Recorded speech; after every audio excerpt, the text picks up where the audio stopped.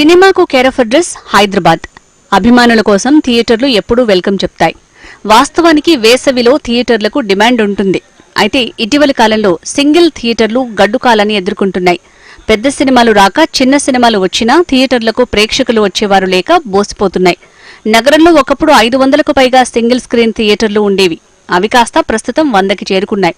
ఓవైపు మల్టీప్లెక్స్ల హవా, మరోవైపు పెద్ద సినిమాలు రాకపోవడం కూడా సింగిల్ థియేటర్ యజమానుల నష్టాలకు కారణమవుతున్నాయి.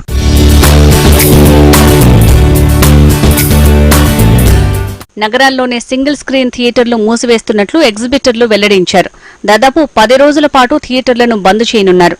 హైదరాబాద్లోని పలు సింగిల్ స్క్రీన్ థియేటర్లు యథాతథంగా నడుస్తాయని వెల్లడించారు.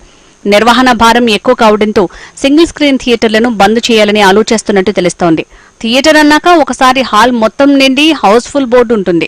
మరోసారి ఒకే ఒక్క టికెట్ విక్రయించిన హాల్ మొత్తాన్ని నడపాల్సి వస్తుంది. ఈ క్రమంలోనే మెయింటెనెన్స్ ఎక్కువ అవుతుండటం, కరెంటు, వాచ్మెన్ల జీతాలు కూడా ఇవ్వలేని సందర్భాలు ఉన్నాయని ఎగ్జిబిటర్లు తెలిపారు. ప్రతి ఏడాది వేసవిలో చిన్న పెద్ద సినిమాలు రిలీజ్ అవుతుంటాయని, ఈ ఏడాది కూడా విడుదలవుతాయని అనుకున్న క్రమంలో ఒక్క సినిమా కూడా విడుదల కాలేదు. దీంతో సింగిల్ స్క్రీన్లలో మెజారిటీ థియేటర్లు మూతపడే అవకాశం ఉంది.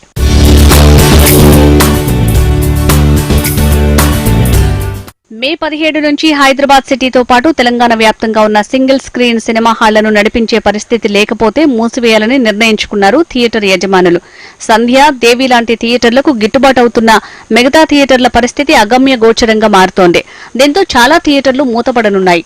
జిల్లాలో 100% థియేటర్లు మూతపడే అవకాశం ఉండగా, గ్రేటర్ హైదరాబాద్ లో మాత్రం 80% వరకు థియేటర్లు మూతపడే అవకాశాలున్నాయి. నడిపించలేని పరిస్థితి ఉన్న థియేటర్లు పెద్ద సినిమాలు వచ్చే వరకు వాళ్ల థియేటర్స్ ని తాత్కాలికంగా మూసుకోవచ్చని అసోసియేషన్ నిర్ణయించింది. థియేటర్ కరెంటు ఛార్జీలు, మెయింటెనెన్స్ ఖర్చులు సైతం రాక నష్టాలు మిగులుతున్నాయి. మే నెలాఖరు వరకు కొత్త సినిమాలు విడుదల లేకపోవడంతో థియేటర్లు కొన్ని రోజుల పాటు మూతపడనున్నాయి.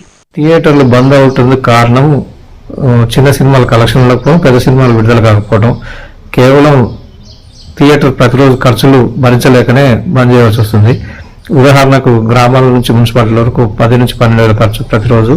హైదరాబాద్ లాంటి కార్పొరేషన్లో 15 నుంచి 18 వేలు ఖర్చు వస్తుంది. ఆ ఖర్చు వర్కౌట్ కాక సినిమాలు బంద్ చేయాలనుకున్నాం తప్ప వేరే దీనికి ఏదో అసోసియేషన్స్ పిలిపించి ఇతర కారణాల వల్ల బంద్ ఏం కాదు.